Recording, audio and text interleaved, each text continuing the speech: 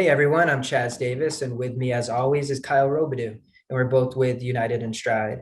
And we want to welcome each and every one of you to our sixth installment in the United in Stride workshop series, and this one's entitled Fueling for Success, Mastering the Fundamentals of Diet and Nutrition. And we have a great speaker tonight in Stevie Lyn Smith. Now, Stevie is a registered dietitian, a board-certified sports nutrition specialist, and even an avid endurance athlete herself, and she's completed over 10 Ironman distance triathlons, numerous marathons, and just loves to be active in any way that she can. And her overall mission is to educate and coach athletes of all abilities on how to fuel their goals without sacrificing their overall health in the process. Stevie, we're just so grateful that you're able to join us tonight and impart wisdom on all of us. So I'll let you take it away. So I typically tell my clients or athletes I work with that we all just need a little bit more than the average bear. I always think of Yogi Bear and his picnic baskets. And that's not just macronutrients, but micronutrients. But I'm going to start with the carbs, protein, and fat here first. Leading in with my favorite macronutrient, something important for every athlete, is carbohydrates. This is the main fuel for exercise, particularly your moderate to high intensity training.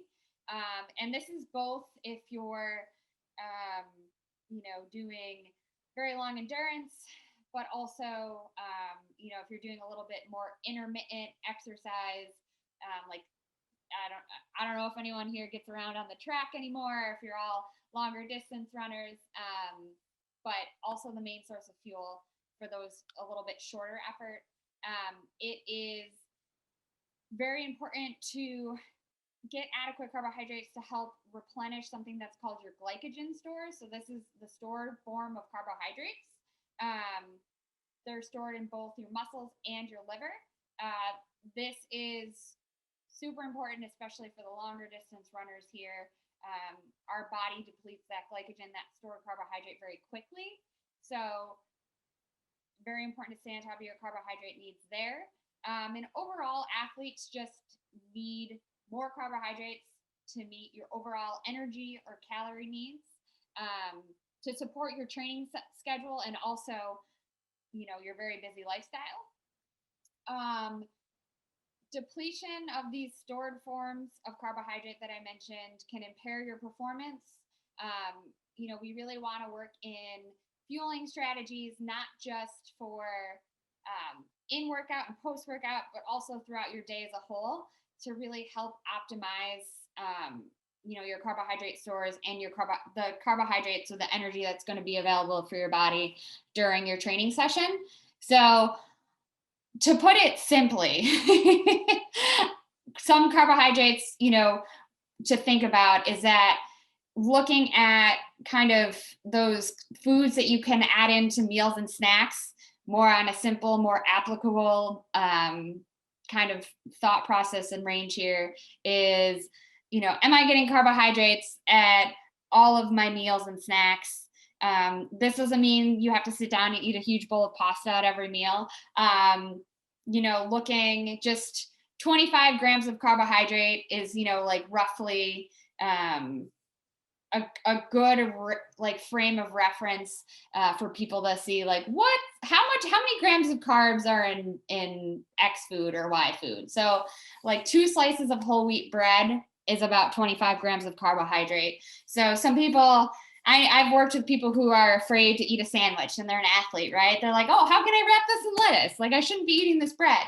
But 2 slices of whole wheat bread only being 25 grams of carbs, that's not very many carbs. And another kind of frame of reference here for people doing moderate to high intensity training. So that's 1 to 3 hours of exercise per day during the week for most days of the week.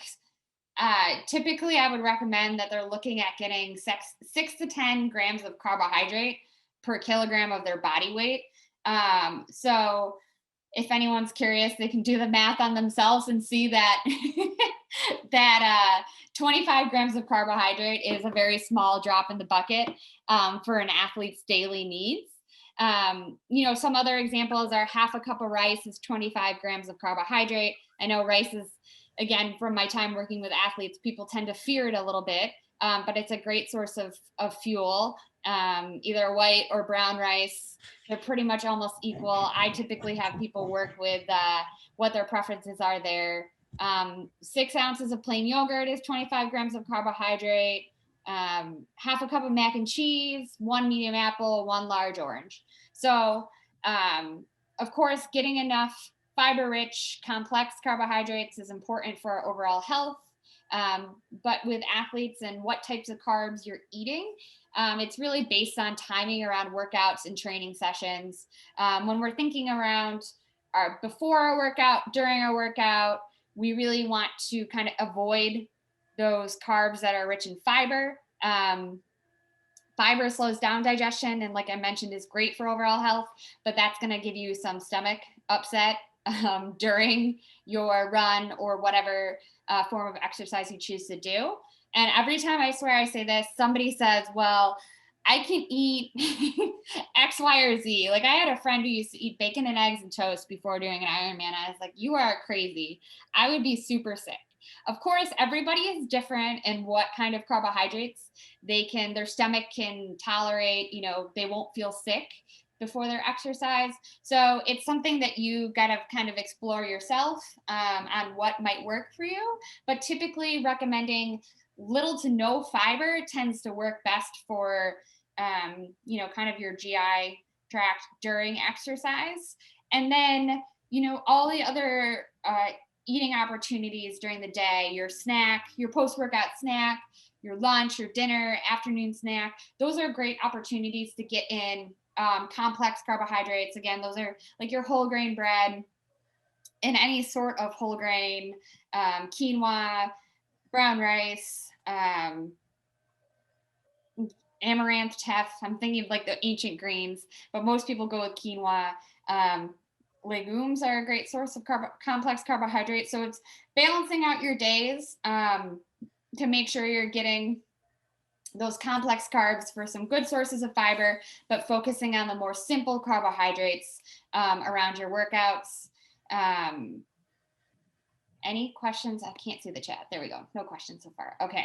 So carbs, and really the long story short with carbs is that I always want every athlete eating more carbs because again, they're like public enemy number one, and they get a bad rap. But I have a lot of athletes who don't actually realize how many carbs they should be eating. But I'm going to dive into the pre, in training, and post workout fueling a little bit more. So we will talk about that. And I want to move on to the next macronutrient, protein. This, of course, is very important for muscle repair, growth, and recovery.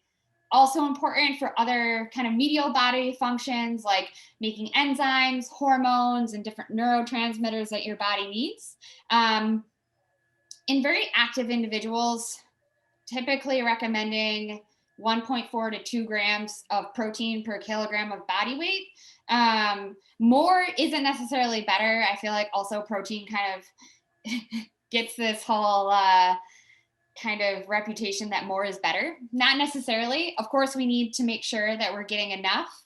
I tend to find some of my female athletes fall short on protein just from my observations. So I do encourage you to eat protein at most of your meals and snacks. It's also going to be satiating, meaning it's going to make your meals and snacks overall just a little bit more satisfying. Falls under the category of trying to not have too much pre-workout. Again, because it's digested a little bit more slowly, it can cause some stomach upset. As for protein, good sources of it, they can be both animal and plant-based sources, really based on each individual's preference. I know a lot of athletes who really thrive being plant-based, and that is super awesome because eating a plant-based diet, you typically tend to get more fiber and other nutrients. And other people, they kind of struggle to meet their needs in different things like B12, omega-3 fatty acids. So it's definitely a very individual thing if you want to focus more on plant-based sources of protein or animal product protein, and Chaz mentioned Inside Tracker. Testing with Inside Tracker can kind of give you some insights too on, looking at your blood biomarkers, what kind of approach to eating might work best for you if you want to try plant-based, or maybe following a diet that includes animal products.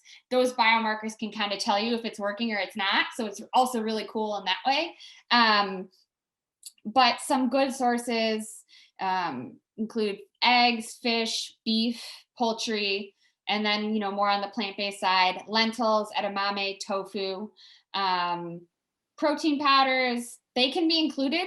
Not really 1,000% against protein powders. I just encourage you all, if you do choose to use protein powders, to do a little sleuthing on the internet. They are not regulated by the FDA. And oftentimes, unfortunately, they can contain not what they claim to contain. So I do recommend looking into protein powders that are third-party tested, just to make sure you're getting a safe, and you're getting what you're buying and asking for. And labdoor.com is a great third-party testing site that if anyone is considering adding a supplement, or you get your vitamin D levels checked and your doctor says add vitamin D, that's a great resource where you can even go in and kind of see, okay, what's the best supplement option for me, if that's something that you find necessary for you.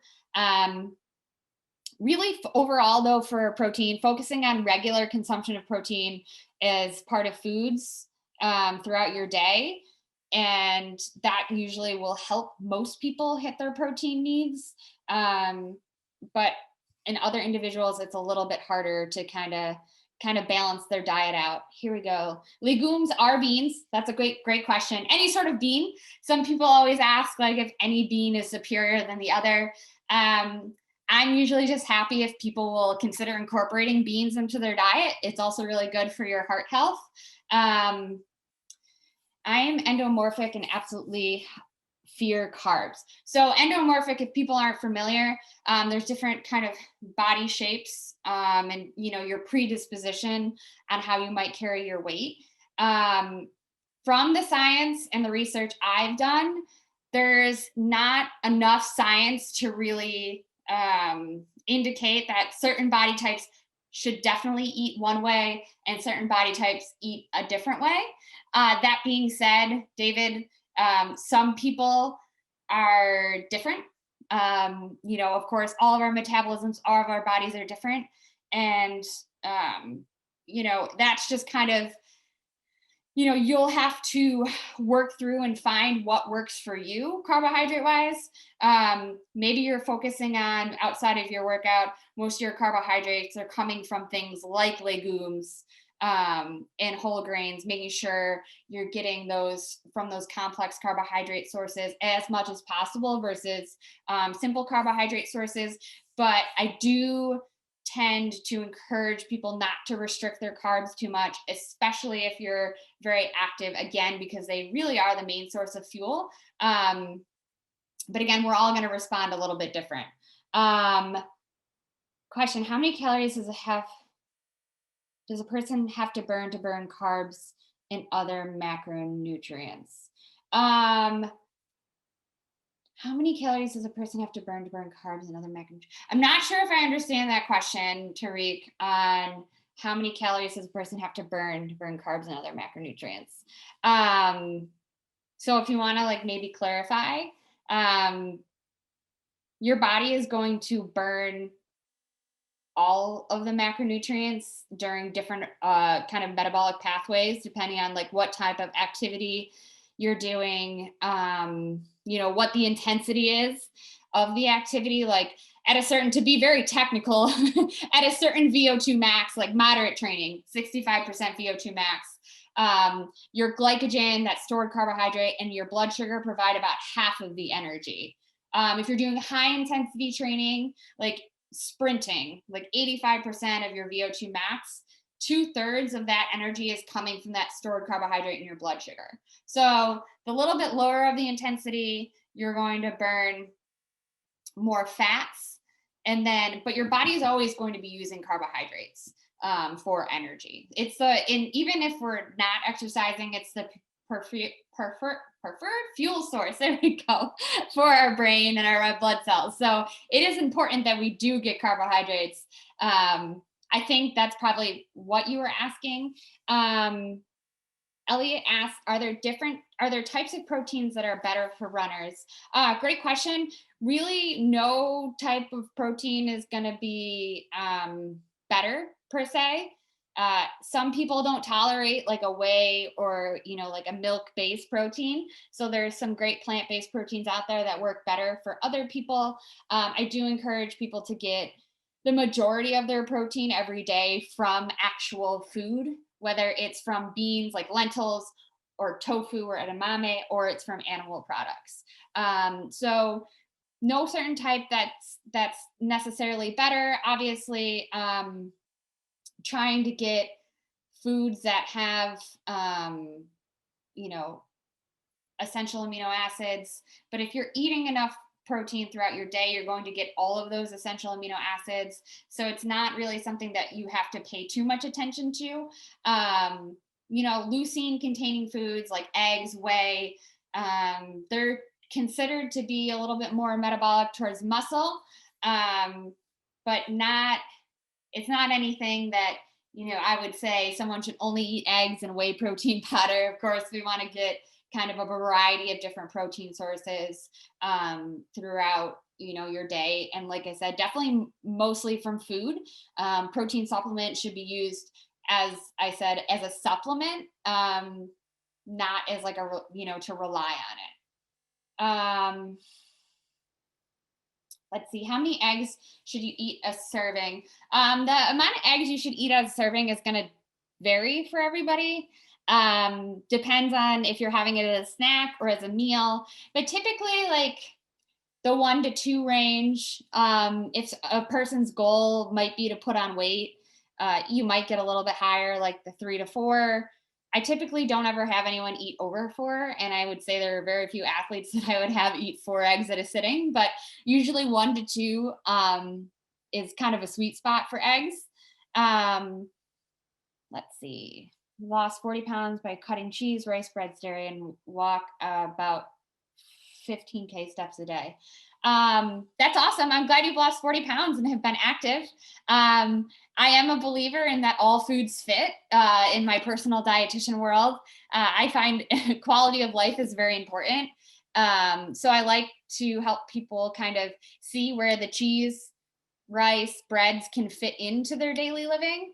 But I never discourage anyone, moving and experience some weight loss. If that's like a healthy and wonderful thing, I am here for it. Tariq asks, what's the best after workout meal ratio of macronutrients? Great question. I'm going to move on in my little agenda to make sure we get there, because I'm going to cover the post-workout as well.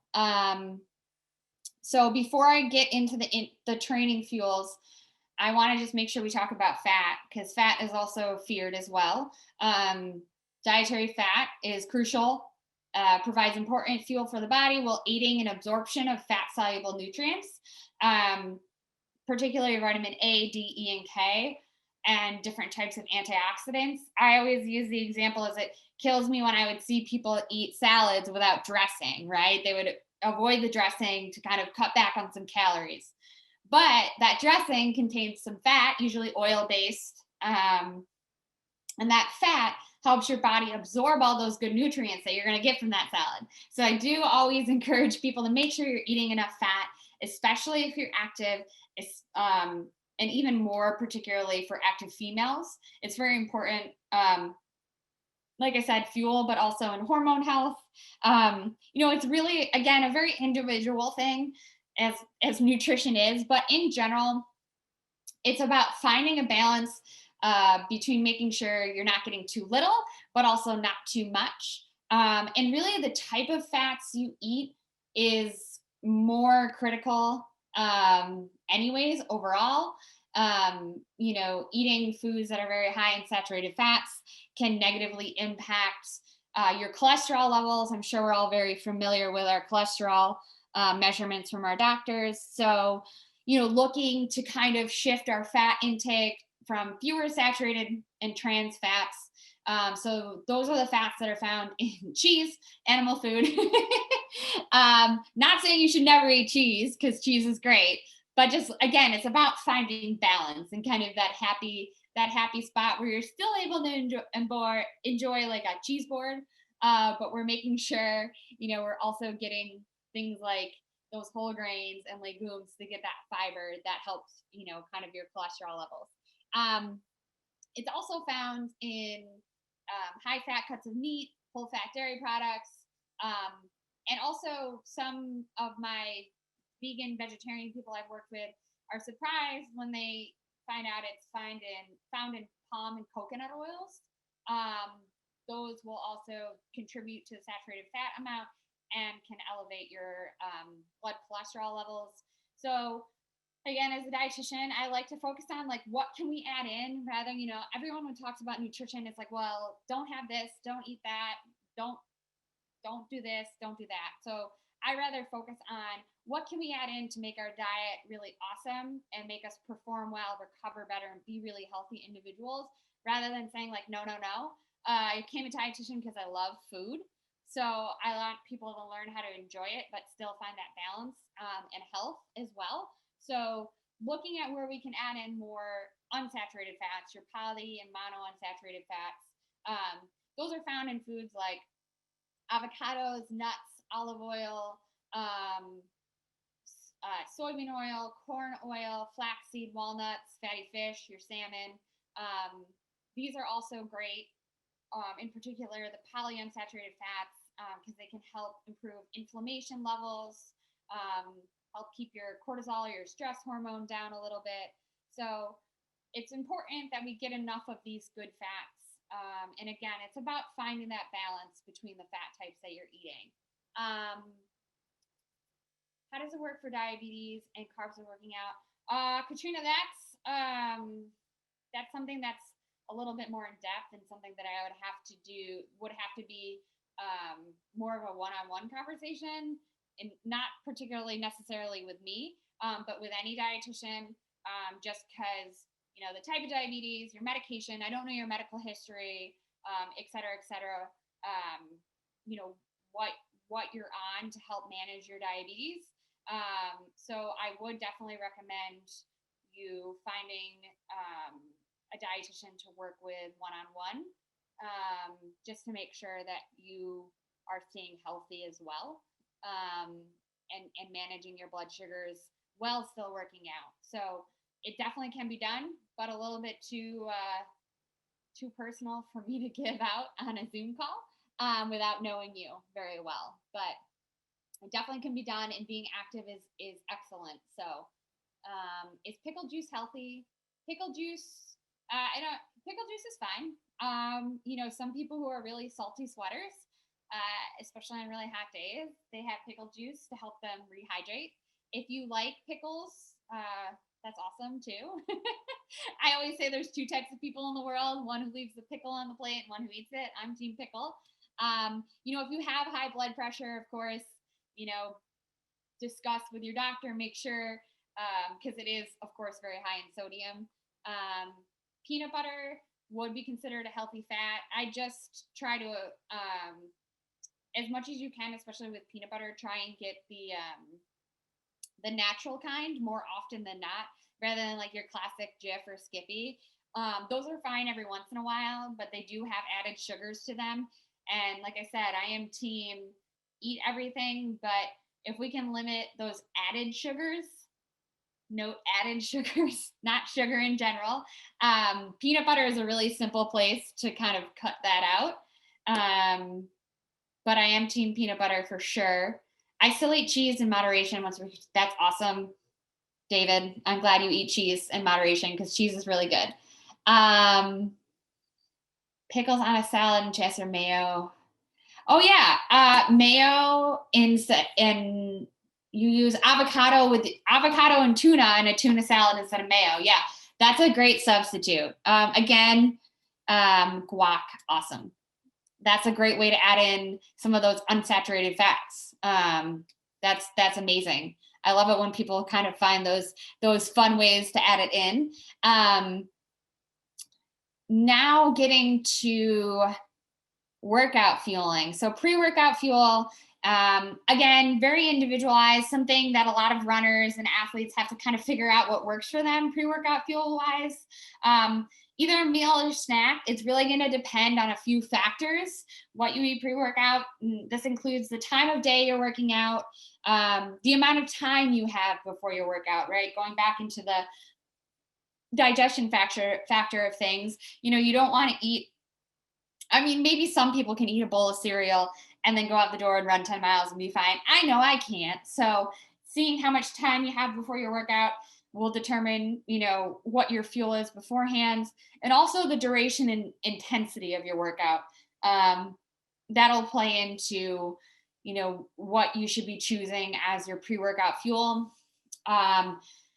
Just generally consuming those carb-rich foods and fluids in the 4-ish hour window before exercise helps restore those glycogen levels, prevents hunger during your exercise, because that can impair your performance, and of course provide fuel or glucose to your central nervous system so you can actually perform. That's one of the things that's very important, to make sure that you're staying safe. I know I've seen at least a few people bonk and fall over and hurt themselves. Definitely don't want that happening. So we want to make sure that our body, we're giving our body what it needs to, actually continue to do what we're asking it to. So to kind of frame this, the goal of the pre-workout meal or snack is 1 to 4 grams of carb in the 1 to 4 hours pre-workout. So for example, if it's an hour before your workout and you're like, okay, what am I going to have a snack? That's like 1 gram per kg of body weight. If it's 4 hours before your workout, you can eat a little bit more. You can eat up to that 4 grams per kg of body weight. As I mentioned earlier, we want to limit fat, fiber, and protein. I know a lot of people are early morning runners. It's kind of like the time they find they can get a workout in before the chaos of the day starts. I also often hear that people struggle to eat that early in the morning.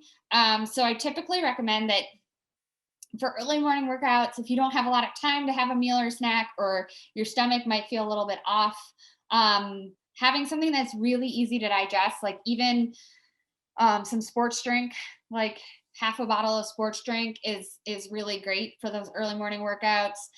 If you can tolerate it, a couple dates or fig Newtons, a banana, some gummies, just to make sure you're giving your body a little bit of carbohydrate. Also, because when you wake up in the morning and you're working out, that glycogen, that stored carbohydrate in your liver, is totally on empty, because that little storage of carbohydrate helps keep your blood sugar stable throughout the night. So your body will deplete it through that overnight fasting, right? Because we're not waking up and eating. So it's really important in those morning workouts to make sure you're, at least getting something small in.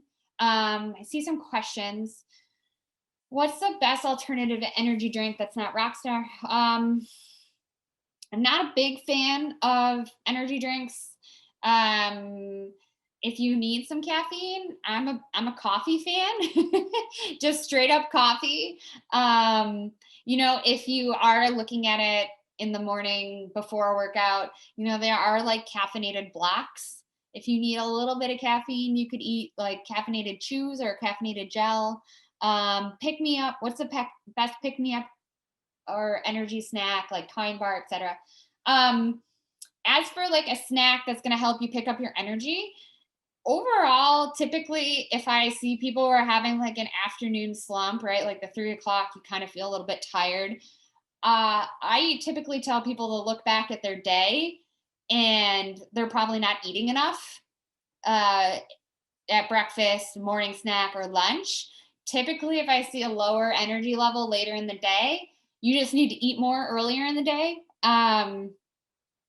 But snack wise, it's up to your preference. I like Kind Bars. I like RX bars. Fruit is always good. Yogurt. Those are some good options there. Peanut butter sandwich, peanut butter toast. That's really up to your preference, but Tariq, I would say more look at how much you're eating earlier in the day, and you probably need to eat more. Um, when is the best time to work out? Also, a great question, David. Yeah, he says I walk 1.5 hours in the morning before work to make sure I get exercise in. That I leave the time of exercise preference up to each individual. I do find that a lot of people say what you say, David, is that if they don't get it in first thing in the morning, then their day, it's not going to happen. So if you know your days are like that, I would definitely continue to do it in the morning. But I know some people, like personally, I tend to have better runs in the afternoon. So if I can, I run in the afternoon, but that's just more of a personal preference. Um, just make sure you're getting a little bit of fuel in before you head out early in the morning. Now, in workout and in training fuel, this is, I know some people are probably experienced in eating during workouts, some are not, but definitely if you're, going out for longer periods of time, you should be fueling your training. Typically, if you're going to be out exercising for over 60 minutes, that's kind of the time frame where I encourage people to fuel their exercise. Doesn't need to be anything like super large or extravagant or a bunch of bars or gels. If you're going to be out there for like 75 minutes, even something like small, like a couple blocks or a couple jelly beans, or, depending on what your activity is, half of a energy bar, like a Cliff Bar or a Nature Valley bar. If you're doing something like walking, that's a little bit easier to digest. Those bars that have a little bit more fiber and bulk to them. If you're running, you're doing a hard workout, you'd want to stick more to like the gels, sport beans, things that are going to be more easily digested. And I say the easily digested because when we're exercising physiologically, our body is not prioritizing digestion as it does like when we're sitting down at the dinner table or throughout the rest of the day. Your body is saying like, okay, I've got to get oxygen and blood to these working muscles, right? Like the human is asking me to do this feet of straight. It's asking me to run. So that's what the body's going to prioritize. So it's taking all of that energy and those resources to keep your muscles going. So it's not working on digesting food. So that's why I keep saying like, we want to look for foods that are more easily digested because that's going to help prevent any sort of GI upset. If we're, like I said, if we're exercising for over 60 minutes, it should definitely be fueled. This will, of course, impact the workout in the morning, in the moment, what you're actually doing, but it's also going to set yourself up to recover from your workout better. Because it's when you're taking in those carbohydrates during your workout, your body is going to use less of that stored carbohydrate. So that means that your body is going to be better set up for that recovery process after your workout. If you struggle with eating before your workout or are falling short in your overall kind of carbohydrate needs, I would definitely recommend considering fueling your workouts all the time, just because those two things kind of put you behind to begin with. Lots of questions. What would be, Richard, I'm doing my first 80 miler and was wondering what would be the best food to carry for max energy. Oh, that's a good question. Ultra fueling is kind of the beast of its own. I'm hoping you're going to be having aid stations. And maybe a crew because you're going to have to carry a lot of fuel for that. I would say, it's going to be the food that's going to be easiest for you to pack and carry if you don't have aid stations and a crew. And it depends, again, your preferences, if you're doing real foods, whole foods, or sports, sports gels, sports chews. I would say to definitely start practicing different fuels during all of your runs and finding what's going to be the best that works for you, to carry and pack, but also is going to work best for your stomach as well. In the endurance, the longer ultra marathon runs, we do want to get some fat and protein in some of your fuel as well. So that's just something to consider also when you're looking at what you're going to be testing out. When we get better at running and exercising, should we be more likely to consume more or less foods, calories? Just a simple rule of thumb, as exercise time, like how much time you spend exercising in the week increases, how much you're eating should also increase. That's just a very general rule of thumb. Again, it's going to be different for everybody depending on what their health and performance goals are. But typically that's kind of the golden rule there. Maple syrup gels, the salt is excellent and don't affect you. Yeah. People really like maple syrup gels. Those work for a lot of people. Again, that's just the type of gels are personal preference. It all depends on a person's sodium needs, their carbohydrate needs, but those ones are definitely a great option. David, if you eat less, should you exercise less? That kind of goes along with the golden rule. The more you move, the more you should be eating. Are there dietitians specifically for athletics? I am one of them, but yes, there are dietitians who work specifically with athletes. As Chaz briefly mentioned, I'm board certified in sports nutrition. There are a number of us out there, and that is what we do all day, and we love it. And Corey said nothing new on race day. Yes, that is a great point and a great rule. We don't want to be trying anything new on race day, especially when it comes to fueling, which is, why I mentioned with the one question, making sure that you're practicing what you're going to be eating during your exercise. Because again, everybody's different. What's going to work for me isn't going to work for Chaz. What works for Chaz isn't going to work for Kyle. So it's all about finding a plan in your in-workout fueling and pre-workout fueling that works best for your stomach, your needs, your racing goals. Those are all great questions. I know there was a specific question about post-workout fuel. So post-workout fuel is super important. Well, I think eating all the time is important. If there's one thing I don't want people to miss, it's post-workout. This is, again, we want to, we take this time out of our day, out of our busy schedules to exercise, right? We want to get the most out of it. We want to get stronger. We want to get healthier. We want to get faster. So we ask our body to do this hard stuff. We love it, but like running is hard. You're walking for a long time. You're doing ultras. It does take a toll on your body, right? So what we eat post-workout and all day, of course, can help our body, like I said, recover, get stronger, but also, make sure we're staying healthy. Our immune system health, very important. So post-workout, we want to refuel with carbs, repair with protein, and rehydrate with fluid and electrolytes. So typically, I know someone asks, how much you should be eating post-workout. Of course, the actual portion size is going to change per individuals.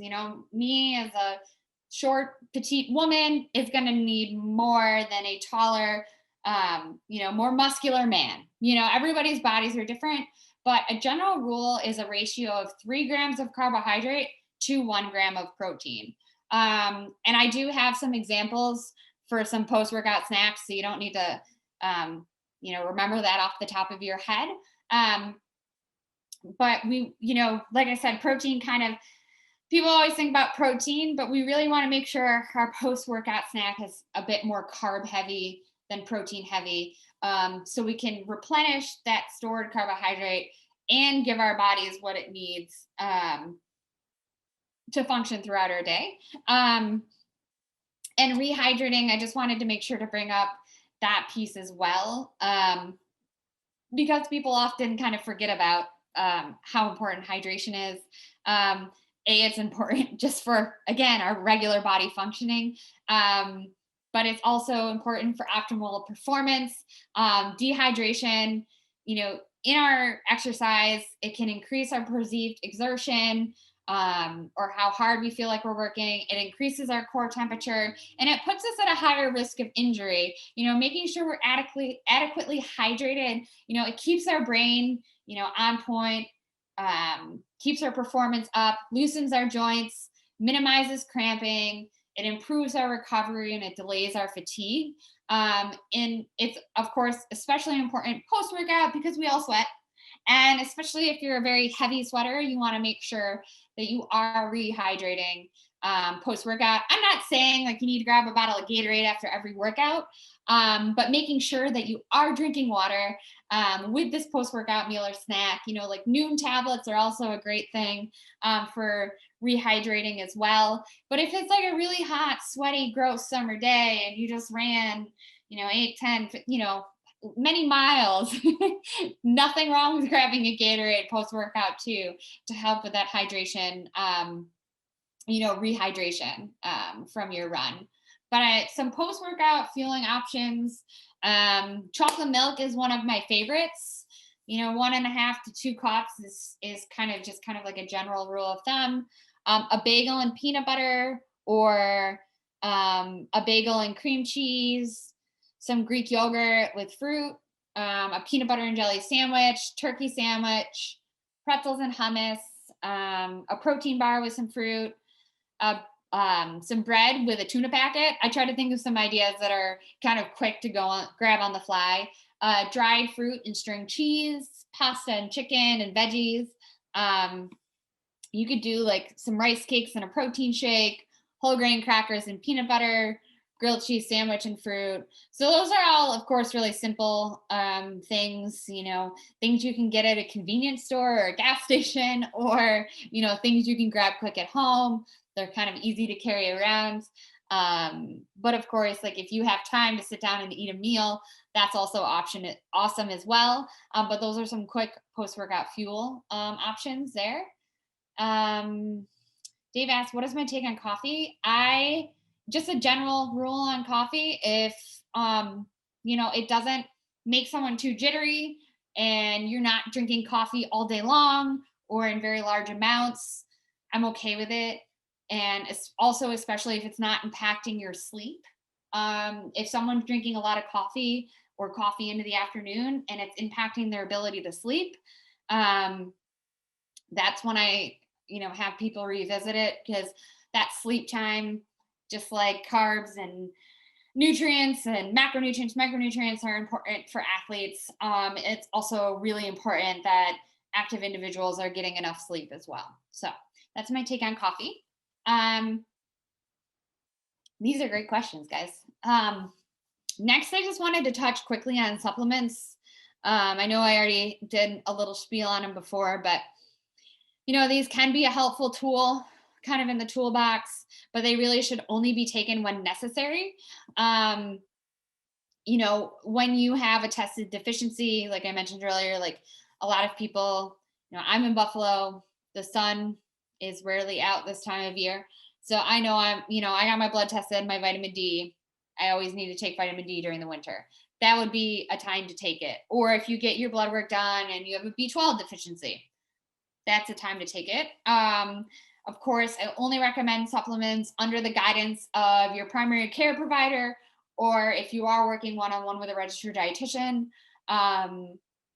Those are the only people that I typically recommend to get your supplement advice from, just legality and safety wise. If you do want to start a supplement on your own, always run it by your doctor as well. If you are considering it, I just ask people to consider a few questions. Is it safe? Is it legal? Is it effective? And can I afford to take the supplement? I see a lot of people spending all this money on supplements, but then they tell me that like, oh, well, I don't have the money for vegetables, which I forgot to do my little pitch for fresh and frozen vegetables, frozen and canned veggies. I'm about them. For most people, frozen are great.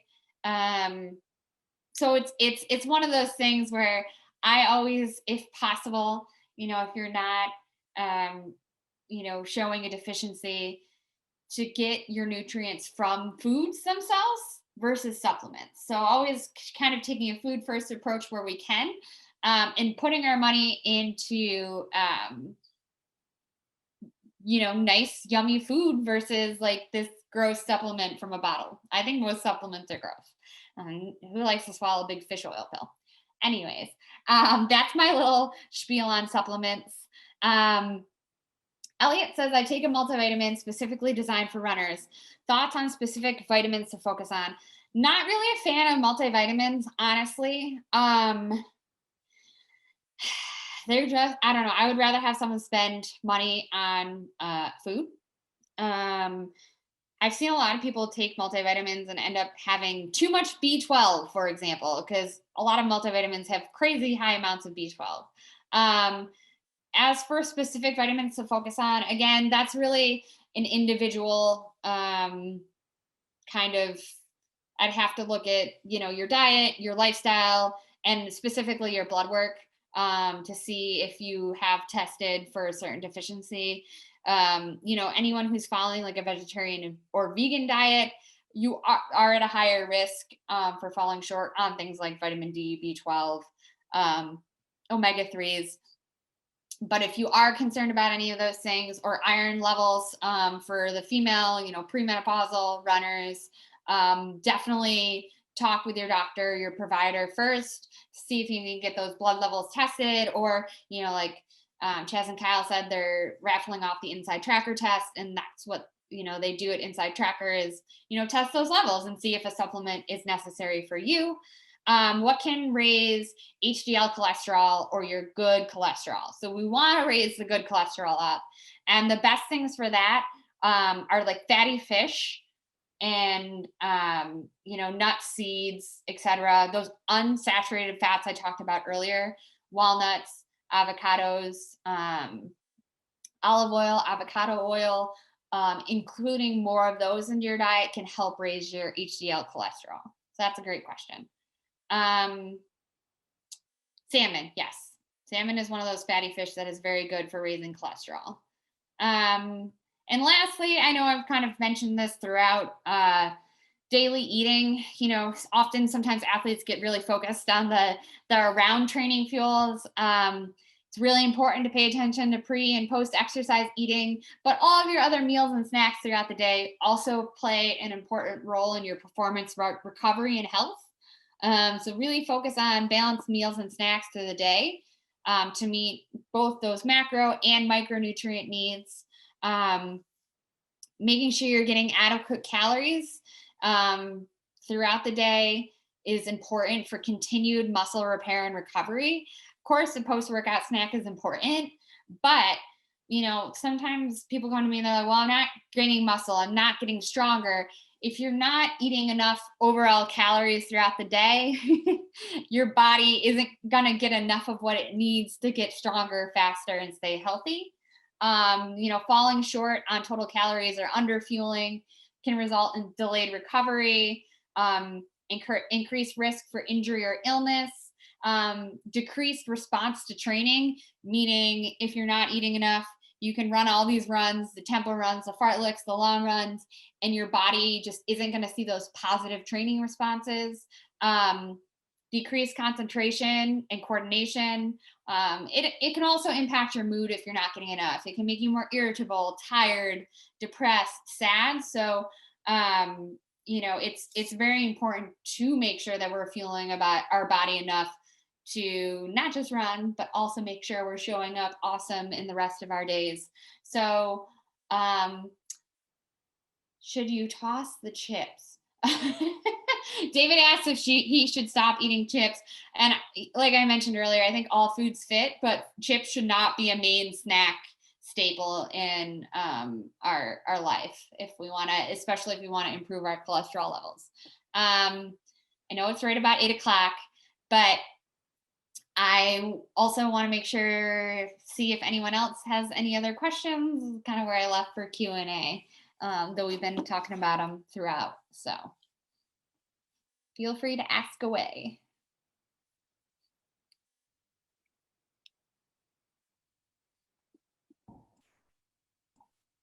If If I had to, Taco Bell or McDonald's?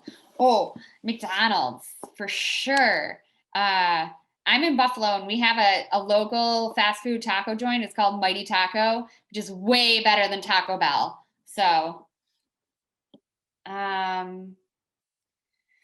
let's see. Richard, you were thinking about Whole Foods for the ultra marathon. Richard, that's something that's like super personalized. So I would recommend reaching out to a sports dietitian to help you work on a fueling plan, because that's a really long race. And that is definitely something you want to plan for, that I can't put one out right now on this call. Salt tabs, effective during a marathon. Good question, Elizabeth. Definitely want people getting salt in during a marathon. Some people, the tablets work well for them. Some people are going to be saltier sweaters. You can tell, like if you get off, like done with a really hot run and you have salt on your skin or you see salt stains on your gear, that indicates that you're losing salt in your sweat. Some people are saltier sweaters. Salt tabs work. There's like different like little vials of salt you can take in. I encourage people to drink sports drink during a marathon because it has salt. Salt is very important for the rehydration process. So everybody's needs are a little bit different, but we definitely want to get some salt in for sure. Does nutrition, David, I don't know what your question is a goal plan based off your own build? Your nutrition should be based off of where you are in your training cycle, what your goals are, and you as an individual. That's important. And then it should change kind of as your training changes. If you're training more, if you're training less, there should be some shifts and adjustments in that nutrition plan there. No, well, I guess I'm asking, would a nutritionist help you with those goals if you saw one? Yes, they should. I would definitely recommend a sports dietitian for sure if you have those athletic goals. Stevie, I really want to thank you so much for sharing all this valuable information. And, I think something that's really overlooked by a lot of athletes, just regardless of fitness level, is nutrition and how important that is to the overall process. And I think as evidenced by all of these questions, a lot of people share those same concerns and really want to learn more about that. And Stevie also has a website too, and it's STEVIELYNRD.com. And you can even apply for one-on-one coaching on that website to really learn more about this and have a more personalized plan as well. So yeah, I really want to thank you for joining us tonight. Yeah, thanks for having me. It was great to chat with you all. And thanks so much for tuning in and all the great questions. And I hope you guys get some racing in this year. Yeah, hopefully. And I want to turn it to Kyle too. So we do have the drawing. Sure. So I don't always know how to do this, but I did just notice one quick, Roger, you had a question. We'll have one final question for Stevie. Roger, are you able to unmute yourself? Actually, I unmuted myself. So I'm kind of intrigued by the plant paradox by Stephen Gundry. What do you think of that specific philosophy? Oh, that's a really in-depth question. But overall, the science behind his book, I am not behind. Long TLDR, the science isn't fully backed. It's cherry pick science. But if anyone ever wants to eat more plants, I am 1,000% for people eating more plants. That's my short answer. Okay. Awesome. Well, good stuff. Thank you, Roger, for the question. And thank you, Stevie, so much for your patience, for answering all these questions. As Chaz mentioned, Stevie does do coaching. She did donate and volunteer her time tonight, as she does with other organizations as well that she shared with Chaz and I. So if folks are looking for more in-depth, personalized nutrition, diet advice, and coaching, Stevie does run her own business. So please check out her website, as Chaz mentioned. So we are going to raffle off this Inside Tracker. item I did notice that someone asked about, is Inside Tracker the only company that does blood work? I actually do not know the answer to that. My guess is no, but we are a little partial here in Boston to Inside Tracker, seeing that they're located here. They did donate this. They have supported Team with a Vision and United Stride in the past, and they're super good people. We see their crew out on runs all the time in the city, and they're just overall, really solid people. So I'm sure there's other folks, but definitely give 2 big thumbs up for Inside Tracker if folks want to check them out. So for the raffle, I'm going to do this super old school. Maybe Stevie can see me, but I'm going to close my eyes. I wrote everyone's name down. I'm just going to drop a pen on the piece of paper and see if we can figure this out. So no drum roll, but shit. All right, Guillermo, are you still on the call?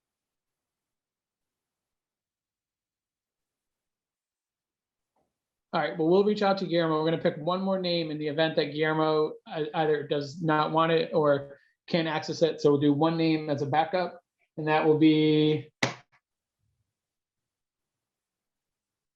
Katrina. Are you still on the call? Yes, I am. Awesome. Well, you'll be the backup if Guillermo is not involved. So congratulations to both of you or Guillermo. And thanks again to Stevie for sharing her time or insight. This by far is the most number of questions that we've had during one of these workshops. So clearly a hot topic, and greatly appreciated everyone's energy. I know that not everyone's question was answered, but again, hit Stevie up if you're interested in learning more. Maybe we'll do something like this in the future. And then we're going to talk quickly about United in Stride, but Chaz, was there anything else specific to this that you wanted to close up on? Yes, I just wanted to add that we'll be sending out a 1-pager, just kind of in an outline form of what Stevie talked about today. And we'll also include her website and social media handles there too. Awesome. Well, thank you for that.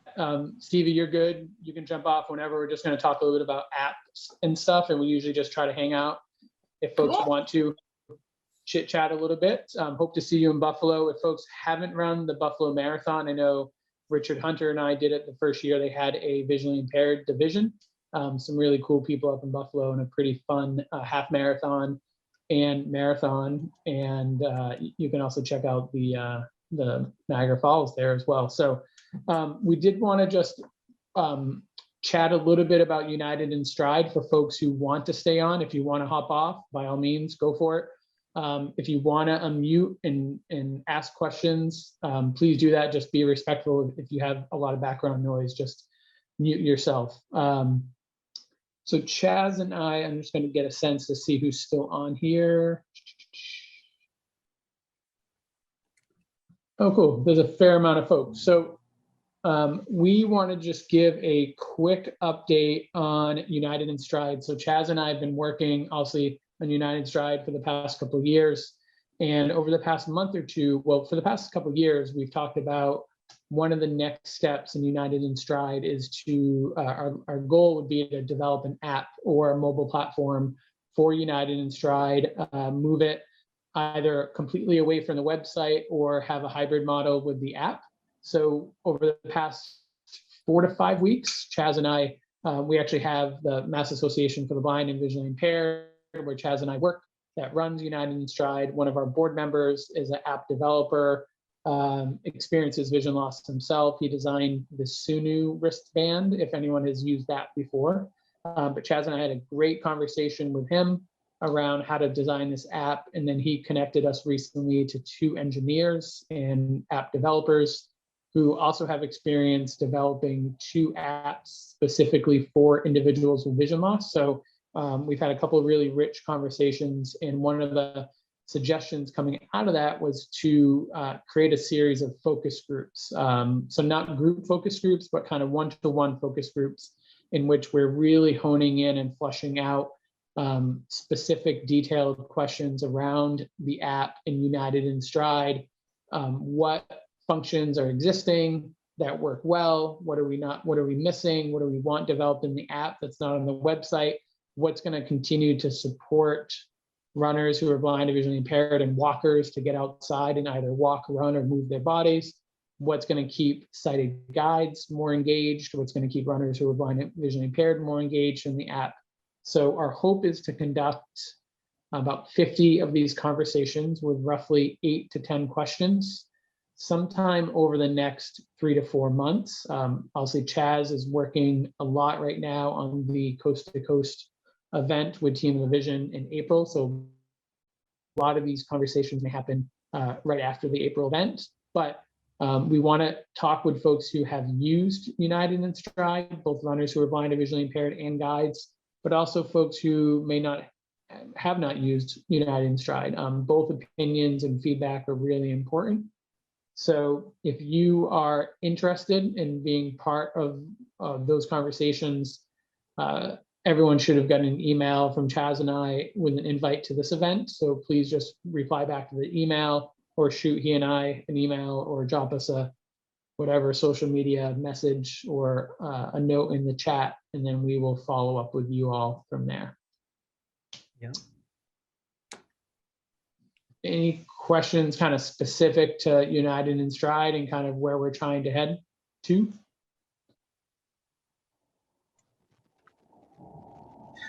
This is Elliot Cole, and I don't know if mine's a question so much as just sort of a statement of interest, but one of my goals this year was to become a guide, a sighted guide for a visually impaired runner. I thought it was one of the most inspirational things I've ever seen when I did my marathon a few years ago. And ever since, I've always kind of toyed with the idea of, oh, I should do that. And I put it on my list of goals this year to actually finally pull the trigger. So, I mean, I'd love to help with the app development. Any feedback I can give, I could give a fresh perspective. But as far as getting started, any recommendations on the best way to get into this?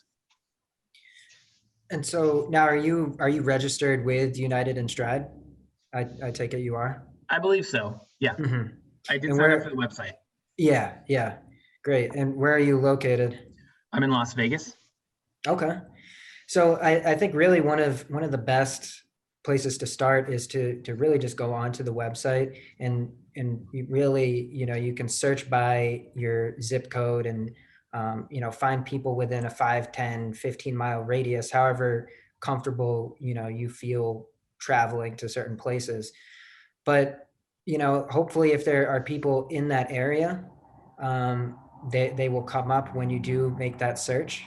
But I think a lot of this is that I think there are people out there that think that it's mostly an automated process, really on both sides, and it does require a little bit of work to search for blind runners and sighted guides as well, and trying to make that connection. But there are also groups like Achilles International and other groups like that, and even a lot of races where there are blind participants. There are guides that really are required for runners to be able to get through that too. But yeah, please feel free to email me, and I can really try to get you started with that too. Yeah, that'd be great. Thanks a lot. Yeah. And and there is, thank you, Chaz, for mentioning the Achilles. There is a Achilles Las Vegas chapter, and I think the gentleman's name is John Sterling, who coordinates it. And I know that they have like a Facebook group page. So, we try to support great groups like, Achilles and Catapult and others that are doing more like on the ground group runs. And I think also a lot of Achilles groups are, they're determining town by town or city by city if they're doing group runs right now or holding off. But definitely a good group of folks to connect with as well. Yeah. And we definitely like your input too with the app conversation. So absolutely. Yeah. Thanks for joining, man. I'd like to mention that because my city doesn't have a terrible lot of guides, and one of the helpful things to do is just go to your running store, and they have running groups, and ask them, hey, do you guys have someone who can guide me, or do you have somebody who might want to be guided, because there's not terribly a lot of, it might be hard to get in contact with one of them. Okay. Yeah, that's a great suggestion. May I ask who just spoke? Can you just say your name? Tarek. Oh, hey. Hi. Yeah. Remind me I found Tucson, Arizona. I found a guide, and they're great. They're just, encourage me, hey, you want to go out every week? So, and then they're great at guiding me too, and I hope to never lose them because it took a while to find a person. And so that was just go to your local shoe store, I think. Maybe talk to them about it too.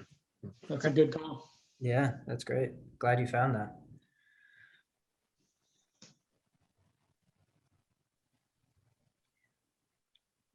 Does anyone have questions? Either, I mean, I can't really, except for talking about, either questions around nutrition or specific questions around United in Stride or kind of the app goals or just general guiding questions.